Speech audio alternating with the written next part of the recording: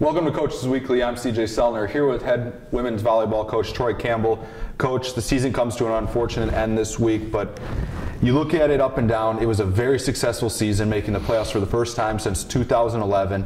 And the best part is you look at this team, you graduate one senior, there's a lot of growth to be made, and this team is going to be around and be a playoff contender for years to come. Yeah, I think, it's like we've been saying, one more rung on the ladder has been accomplished. We made the postseason, and we had an overall really good, successful season, a solid season where not only did we play great volleyball for stretches, we learned something about ourselves by playing some tough competition, by being able to look at what the #1 team in the country is doing when we saw Calvin play, to playing 4 or 5 tournament teams from last year. And now we know what we have to do as far as the offseason is concerned, or what we need to improve on and what we need to do better. So I'm really proud of what we were able to accomplish. And yeah, it was a disappointment in the Lakeland match. We didn't get blown out or anything. We just didn't come up with that 5-point swing that would have made a difference for us. And that's part of being in that atmosphere. You can't replace experience. And all we've been really asking for is an opportunity to get that experience, and that's what this season turned out to be about. We have to talk about 2 really big awards for you guys. 2, Chan Stamp, Jalen Johnson, First-Team All-NACC. There could be 2 more deserving people for what they did and what they meant to this team this year.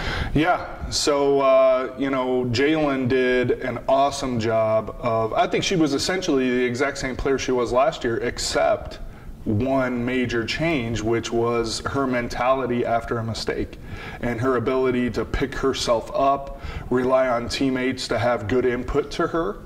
And last year, that wasn't the case. There was a wall built around Jalen where it prevented anybody from making a change in her attitude overall. And this year, she really opened up, really analyzed what occurred within the attack in which she made a mistake, and then persevered and did it better the next time. And that permeated into every part of her game, from blocking to overpass attacking to attacking in general to defense. It didn't matter. When she made a mistake, it wasn't the end of the world. It was, okay, I know I can make the next play. And that's been a major theme for all of us as overall a very young team. But Jalen in particular really persevered and did an awesome job all year to make that happen. And then Shannon, when we analyzed her numbers, she actually had worse numbers than last year by just a few. So essentially she was exactly the same.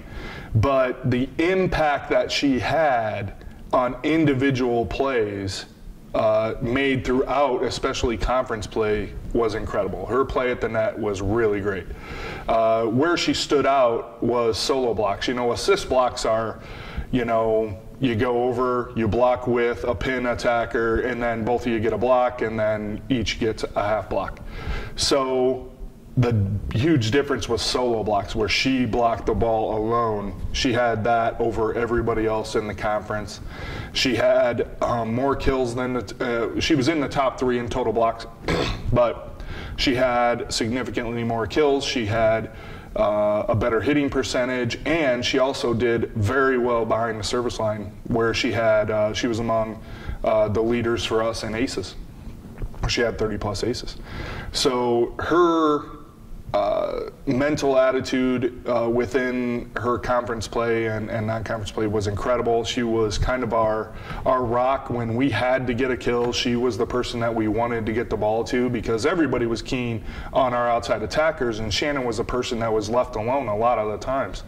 And we wish that we could have gotten her the ball on a more consistent basis, and it didn't happen, but the opportunities that she had, she really took advantage of them, and she was deserving as well. You graduate the one senior, Nikki Crowley. She's stuck it out. She's been here your whole time here, and she's meant a lot to this program. Over 3,000 assists. You talk second in school history in assists. What has she meant to this program, and what's kind of the legacy that she's left kind of going forward? Well, she's meant everything in culture and attitude for us. She's made the difference in, hey, this is the way we're going to do it, because she came in with that attitude. She came in with an attitude of, whenever I'm working out, whenever I'm in a drill, whenever I'm doing something, physically, I'm not going to falter in that endeavor. I'm going to give everything I have physically. And over the course of 4 years, obviously where she's changed the most is in her mental attitude and the way that she intakes and outputs information to the team, and her leadership skills, which everybody thinks, oh, he's a natural leader or she's a natural leader. Leadership is learned. It's a learned activity where trial and error has to occur for you to stop making mistakes in leadership. And she's always led by example in the way of a physical deal, but leadership is about everybody around you and making them better, and not necessarily yourself. And that's where she'll be missed the most, is she was just an incredible person to be our leader overall. And then, of course, her physical play. Having over 3,000 assists, second in school history, and through some tough years, she was able to accomplish that. We haven't always had the offensive attack that we had the last, let's say, year and a half, where people were you just throw the ball up to somebody and get a kill. She had to be pinpoint with players, especially her first 2.5 years, and she did awesome through those years and really persevered as a player and became better and better every single year. Last time we get to talk to you in 2018, your overall thoughts on the season? Well, it was, like I said before, just another rung on the ladder that we were able to accomplish. We've gotten better every single year, and it's not going to stop in this offseason. I think the girls are coming in really motivated to take the next step. We have been every offseason. Recruiting's going awesome. I think that we've gotten overall some pieces that are really going to affect us in the next 4 years, and that's obviously our goal in recruiting every year, is to make sure that we get some people that not only can be impacts on the floor but off the floor, and I think we're doing that as well as we ever have been, both Jackie and I. And I think the kind of culture that we've been able to foster here has bled over into our fans and the whole deal, and we want to thank our fans who came out this year. This is the best fan support that we've ever had.